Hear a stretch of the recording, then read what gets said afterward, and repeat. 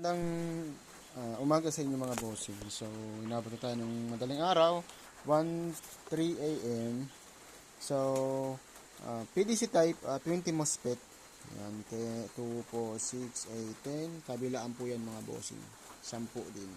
So, di ko pa nagagawa ng cover sa ibabaw. So, ayan. Tapos may delay of fan. Double inductor. Yan, tapos for electrolytic capacitor. So yung kada isang mga bossing 150 UA pa na. So series parallel yung connection natin yan. So testing natin. So hindi ko pa nagagawa din ng switch. So pansamantala lang muna mga bossing. Testing natin sa 1000 watts. So may indicator lights. Indicator lights yun mga bossing. So testing natin. Off muna natin flip-flop na off yung flip-flop, naka-low yung toggle switch. Low din natin yung frequency, pinakasagad mga bossing. So testing natin. Yan yung low mga bossing, low po yan. Solid power. Half natin. Yan, half lang. Napakalakas. Yan, 70% naka-low pa rin yung toggle switch. Ayan. Tapos high. Naka full power na yung frequency adjust. Tapos naka-low pa din yung toggle switch natin. Ayan mga bossing. Tapos adjust natin yung toggle switch, i-high natin, tapos i-low natin yung frequency. Yan, power. Up natin 50%. Full power natin mga boss.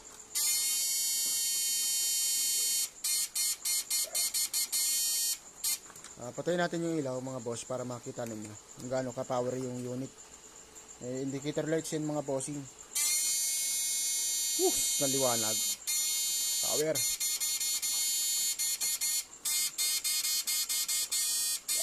Tapos meron din siyang syempre toggle switch mga bossing. Flip-flop po. I-on natin. So yan.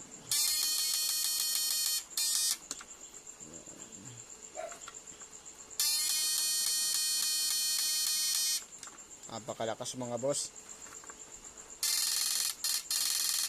Low natin. Ayan. So mabilis. Adjust natin konti. Ayan.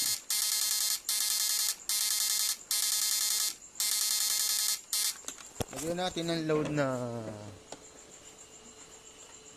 teka lang mga bossing, kabit ko lang. Lagyan ko ng load na 2000 watts. So ayan. Naka-low yung toggle switch. Naka-low, ilagay natin sa low yung frequency. Ayan. Power. Tapos adjust natin mga boss. Napakalakas. Adjust pa natin, full power. Tapos high natin yung toggle switch mga boss.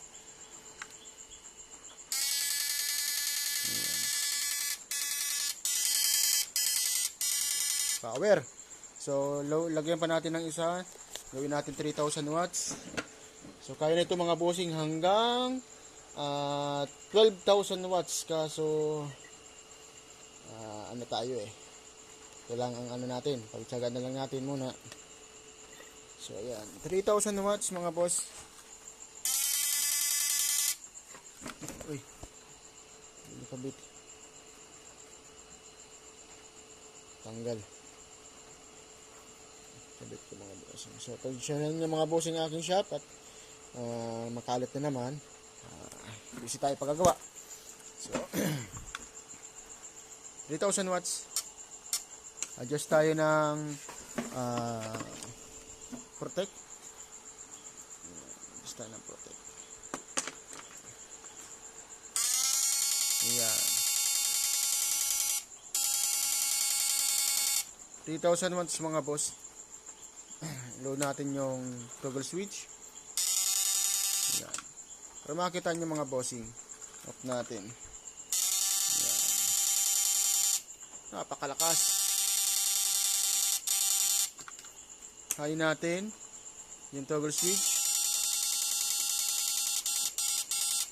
Yan. Sa mga gusto pong magpagawa ng PDC type 20 MOSFET tapos ganito pong model mga bossing, gusto niyo ganitong model, ito po ay bagong model natin na bagong design dun sa mga PDC type natin. So double inductor po ito mga bossing.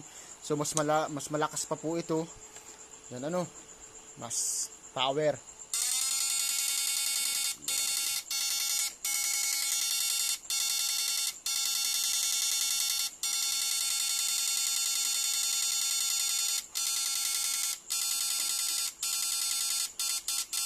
So, yung delay pa natin, mga 30 to 40, 40 to 60 seconds yung natin na. So, medyo mas matagal-tagal yung delay off nito. So, ayun. So, sa mga gusto pong magpagawa ng ganito na unit, so, PM lang kayo mga bossing. So, send lang po ninyo yung gusto ninyo mga design sa mga PDC type natin. So, ayun mga bossing, may yan, yung pong indicator lights niya. Yan, may indicator light sa flip-flop. At saka may indicator light sa switch pag on. Yan. Pag nag-off tayo ng flip-flop, di po gagana yung indicator lights na sa flip-flop. Yan, yung on lang pag switch. Yan. Napakalakas mga bossing. So ayan. So mas power po ito doon sa mga ibang natin na PDC. So ayan, talaga pong medyo malaki itong unit din na ito. So ukatin natin mga bossing. So ang lapad po niya ay 7 inches. Tapos ang haba ay 13 yung haba, 13 inches, at yung taas po nito ay maabot po ng 4 inches. Yan.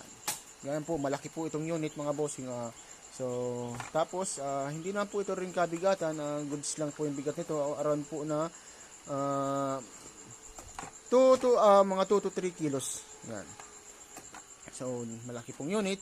So, talaga medyo po may bigat ng kaunti. So, may pa nga po ito mga bossing, at yung bigat naman po nito talaga napakalakas naman.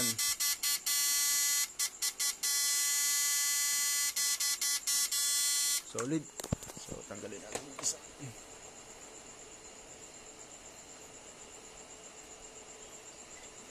So, 1,000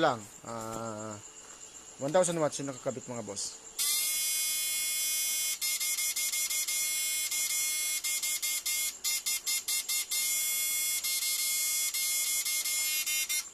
Flip-flop on.